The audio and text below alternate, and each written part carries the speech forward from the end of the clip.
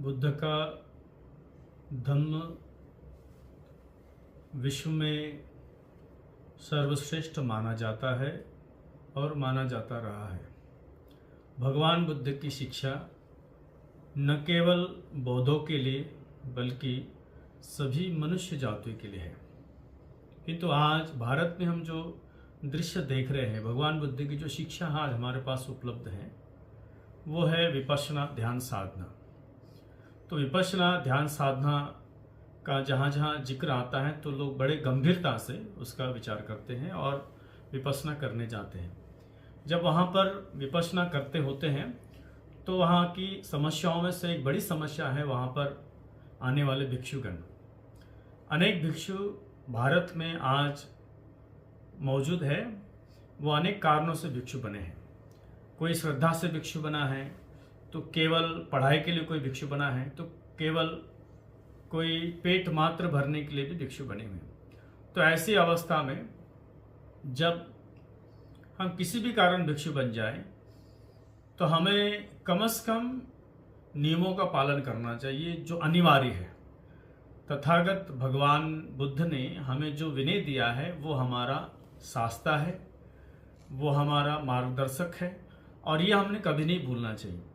हमने अपना जीवन जीते समय सदैव भगवान की वाणी और विनय को मद्देनजर रखकर बुद्ध की विनय और धम्म की इन शिक्षा पदों को हम छोड़कर नहीं रह सकते। इसलिए जब हम ऐसे गंभीर विषय की चर्चा करते हैं या फिर उसमें अगर हम सम्मिलित होते हैं तो हमने अपना ध्यान देना चाहिए।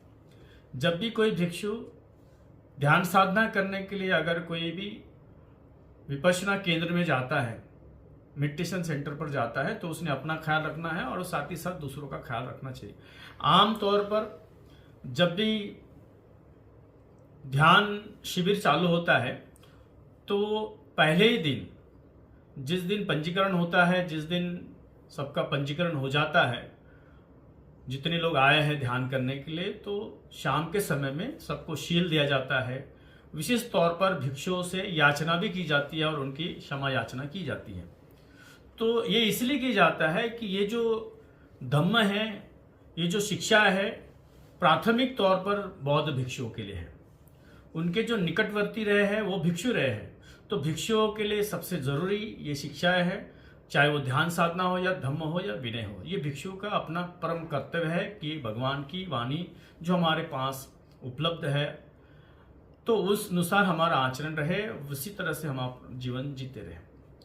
लेकिन प्रायः देखा जाता है कि बौद्ध भिक्षु ये भूल जाते हैं कि हम भिक्षु हैं और सामान्य जन जैसा जीवन जीना चाहते हैं जो प्रमाद युक्त है, वो प्रमादी जीवन है, उसे हमने त्यागना है। तो जो भी भिक्षु नया है या सामने नया है, अगर मान लो पहली बार वो विपश्यना के लिए जा रहा हो और उसके गुरु ने उसको सिखाया ना हो या उसकी शिक्षा नहीं हुई हो, तो कुछ चीज़ें ध्यान में रखना चाहिए। शाम के समय में जब भी आपको भीतर बुला के वो जो आचार्य है, वहाँ के व्यवस्थापक आपकी क्षमा याचना करे तो उन्हें क्षमा कर अपने आसन को ग्रहण करना चाहिए। और अन्य लोग पंचशील अष्टशील लेते हैं। जो नए साधक है वो पंचशील लेते हैं, जो पुराने साधक है वो अष्टशील लेते हैं। उस समय आप लोगों ने उन आचार्यों से या फिर गोयंका गुरुजी जो टेप लगाते हैं उससे सील लेना नहीं है। क्यों नहीं लेना है? क्योंकि आपने पहले ही सील धारण किया है और आपका सील उन लोगों से ज्यादा बड़ा है। उन लोगों से देने वाले से आपके सील बड़े होने की वजह से आपने वो दोहराना नहीं है, क्योंकि अगर आप दोहराएंगे तो आप भिक्षु नहीं कहलाएंगे, आप सामने नहीं कहलाएंगे। भिक्षुओं के लिए 227 विनय होते हैं, नियम होते हैं, वो आपके लिए अनिवार्य है, वो आपने लिए है तो उसी से अनुसार आप चले। यदि अगर आपकी उपसंपदा नहीं हुई है, अगर सामनेरी है तो सामनेरी यदि है तब भी आपके सील जो है अष्टशील से ज्यादा है, 8 सील से ज्यादा है, आप सामने रहे या भिक्षु है ग्रस्त से आपके सील ज्यादा है, इसलिए वो सील आपने दोहराना नहीं है।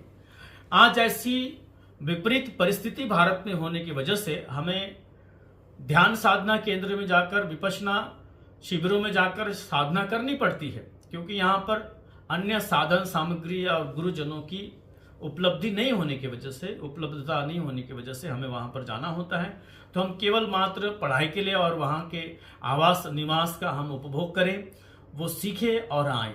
बाकी जो अन्य वहां पर जो नियम लगे हुए हैं, जो परिस्थितियां है, आमतौर पर साधारण उपासकों के लिए वहां पे परिस्थितियां है, और खास करके वो जो भी वहां पे भिक्षु जाते हैं उन्होंने ये ध्यान रखना चाहिए। साधारण उपासक लोग 8 शीलों का पालन करते हैं, उसमें से महत्वपूर्ण शील है वहां पर दूसरों पर बुरी तरह से छाप रखने वाला, वो है रात्रि भोजन, 12 के पश्चात भोजन आदि की मांग करना। ये हमारे लिए वर्जित है। अगर आप सामनेर भी है और भिक्षु भी है तो 12 के पश्चात 11 बजे का भोजन होने के पश्चात हम कुछ न खाए।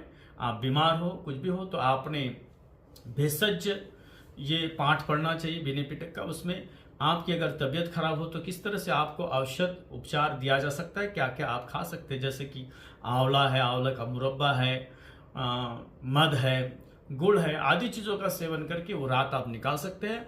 आम लोगों की तरह आपकी जीवेशना के कारण, इच्छा के कारण, जिह्वा के कारण आप अगर खाना चाहते तो विनय के खिलाफ है। इतना ही नहीं, तो वहाँ पे आने वाले लोग बहुत ही सीरियस होते हैं, बहुत श्रद्धा से वहां पर आते हैं अपना समय निकालकर, तो वो चाहते हैं कि भगवान बुद्ध की शिक्षा सीखते सीखते जो भिक्षु है वहां पे उनका भी आदर करें। लेकिन इस तरह से अभद्र हमारा आचरण दिखेगा तो उनकी श्रद्धा में भी कटौती होगी, उनकी श्रद्धा कम होगी, और इसलिए हम किसी की श्रद्धा समाप्त होने का कारण न बने, बल्कि किसी की श्रद्धा हम बढ़ाने का कारण बने। बुद्ध में, धम्म में, संघ में वो श्रद्धा और विकसित हो, प्रस्तापित हो, ये ऐसा हमारा आचरण होना चाहिए। इसलिए संयम के साथ अपना विनय, अपना नियम जानकर आप इन शिविरों में शामिल हो और किसी को परेशान न करें। भोजन लेते समय आप पहले जाइए। सभी साधना केंद्र में जहाँ जहाँ भिक्षुओं को वो स्वीकार करते हैं ध्यान साधना करने के लिए, तो वहाँ पे व्यवस्था है, धम्म सेवक होते हैं आपके लिए, विशेष तौर पर, खास तौर पर आपकी सेवा करने के लिए सेवक होता है। तो आप अपने भिक्षा पात्र में भोजन लेकर अलग थलग, गृहस्थों से अलग आप अपना भोजन ले, समय से पहले ले। समय से पहले मतलब उन लोगों से पहले जाए, ताकि आपका आदर सत्कार हो और जो व्यवस्थापन है उनको भी ऐसा लगे कि हमारे हाथों से भिक्षुओं का अनादर नहीं हो रहा है। तो वो लोग व्यवस्थापन और आचार्य आदि लोग भिक्षुओं का आदर सत्कार करते हैं, लेकिन हमने अपना आदर सत्कार बनाए खुद रखना है। हमने अपना आदर सत्कार खुद बना के रखना है, अपना आदर खुद करना है। अपने नियमों का, अपने विनयों का हमने खूब, अनुशासन का खूब पालन करना है। ऐसा अगर करेंगे तो आपकी कीर्ति और बुद्ध धर्म की कीर्ति ये बढ़ती जाएगी। अन्यथा व्यवस्थापन और साधना शिविरों में आप लोगों की जो तादाद है दिन ब दिन कम होते जाएगी, और आप इधर चिल्लाते रहेंगे तो ये चिल्लाने से कुछ नहीं होगा। हमारा अपना जो आचरण है उसे सुधारना बहुत जरूरी है। तो भोजन के संदर्भ में है, उसके साथ साथ और भी बातें हैं। वहाँ पे जो भी बातें बताए हैं, जैसे मौन रहना है, तो आम उपासक जैसे मौन रहते हैं उससे ज़्यादा आप रहिए, क्योंकि आप तो गुरु है, आप बुद्ध की शिष्य है। तो मौन रहना है, वहाँ पर किसी से बातचीत नहीं करना, और खूब